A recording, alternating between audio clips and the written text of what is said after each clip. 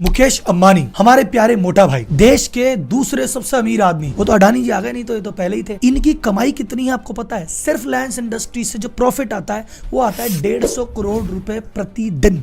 उसके अलावा बहुत सारी कंपनी और बहुत सारे काम है। आप बस ऐसा मान के चलो कि अगर आप घर से निकले हो, कोई सा भी प्रोडक्ट ले रहे हो, कोई सी भी सर्विस ले रहे हो, उसमें कहीं ना कहीं मोटा भाई बैठे हुए हैं। आप अगर महीने भर में 10,000 रुपए खर्च करते हो, उसका कुछ हिस्सा मोदी जी की जेब में टैक्स के रूप में और कुछ हिस्सा मोटा भाई के जेब में जाता ही जाता है। तो मोटा भाई राहुल जी इतनी कितनी जगह आ गए हैं। आप जितनी जगह सोच सकते हो उन जगह तो है, और जिन जगह आप नहीं सोच सकते हो वहां भी मोटा भाई बैठे हैं। अब धीरे धीरे सस्पेंस खोलते हैं, वीडियो की शुरुआत करते हैं। अभी मैं बहुत सारी मोटा भाई की कंपनियों के नाम लूंगा, शायद 20, 30, 40 कंपनियों के नाम जाएंगे, अलग अलग सेक्टर में होगी, और आपको पता पड़ेगा अरे ये भी इसकी, अरे वो भी इसकी। और इतना करने के बाद भी अगर कोई कंपनी का नाम मैं भूल जाऊं तो मुझे कमेंट बॉक्स में बता देना, क्योंकि ये मोटा भाई इतनी कंपनी खोल के बैठे, आधी तो इनको खुद को भी नहीं पता कि मैंने कब खोल दी। बिना टाइम वेस्ट किए करते हैं मैंने मोटा भाई मुकेश अंबानी जी की रिलायंस ग्रुप का विश्लेषण।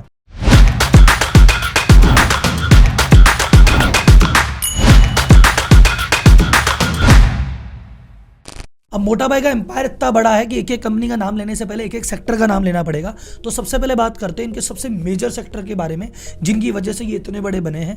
वो सेक्टर इनका ऑयल टू केमिकल सेक्टर, जो एक जामनगर रिफाइनरी लगी हुई है, विश्व की सबसे बड़ी रिफाइनरी है। उसमें मैंने अलग से वीडियो भी बनाया था कि वहां पे कितना पैसा वो कमाते हैं, तो नीचे डिस्क्रिप्शन में लिंक दिया है, वहां जाके आप देख सकते हैं। तो वहां मेन काम क्या होता है? रिलायंस पेट्रोलियम।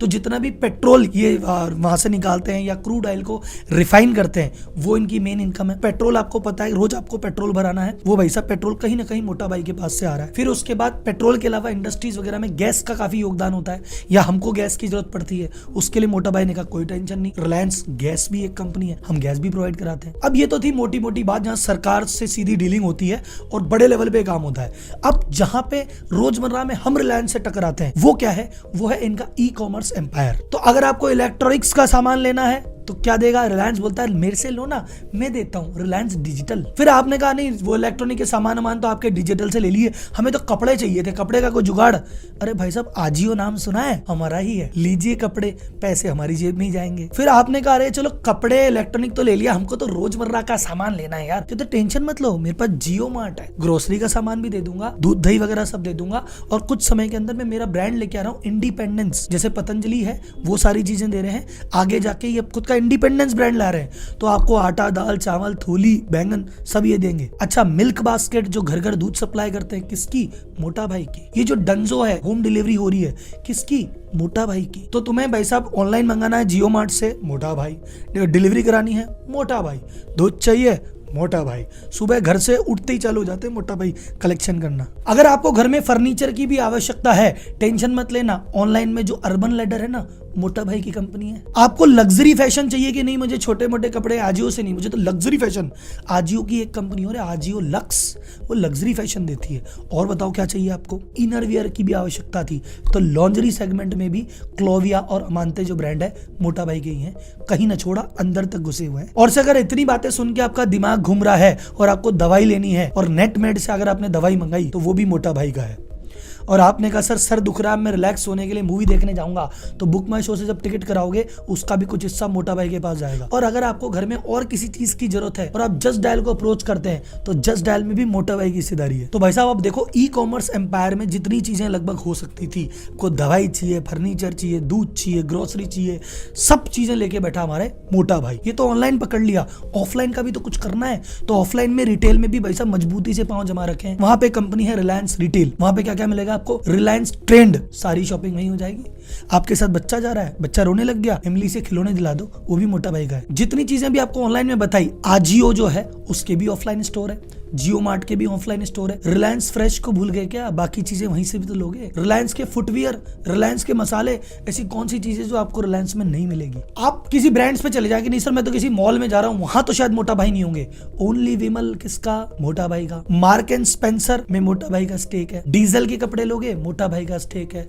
ऋतु कुमार के लोगे, मोटा भाई का स्टेक है। मनीष मल्होत्रा की पसंद है ना, मनीष मल्होत्रा का लहंगा, मोटा भाई का शेयर है। अच्छा, डिजिटल सर्विस पे चलते हैं कि सर जी एक बार एक काम करो, ऑनलाइन और कहीं तो नहीं है है मोटा भाई। सर जी जियो आपके फ़ोन में मोटा भाई बैठे, और जियो को सिर्फ टेलीकॉम की कंपनी मत समझना।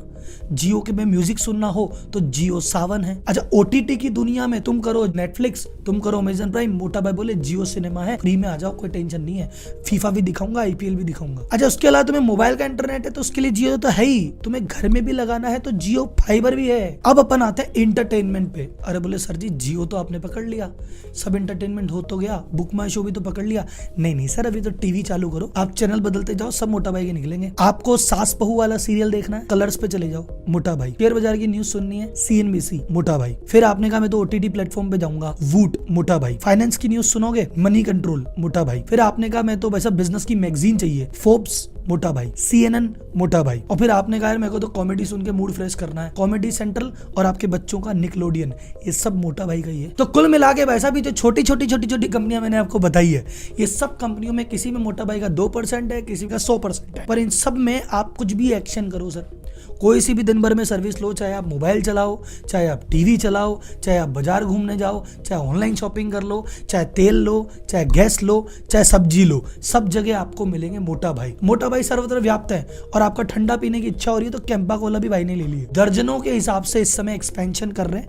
ये वीडियो अगर मैं दोबारा बनाऊंगा अगली बार, तो अगर ये वीडियो अभी 8 मिनट का था तो अगले जाके 18 मिनट का बनेगा, इतने एक्सपेंशन मोटा भाई कर रहे हैं। कुल मिला के बिजनेस सेंस इतना सा है कि जहां भी आदमी का पैसा खर्च होता है वहां मेरी कंपनी होनी चाहिए, ताकि मैं पैसा कमा लूं। तो आपको लग रहा है कि ऐसे पेट्रोल बेच के मोटा भाई अमीर हुए हैं, नहीं भाई साहब, वो सब कुछ बेच के अमीर हुए हैं, और ये तो अभी तो पार्टी शुरू हुई है।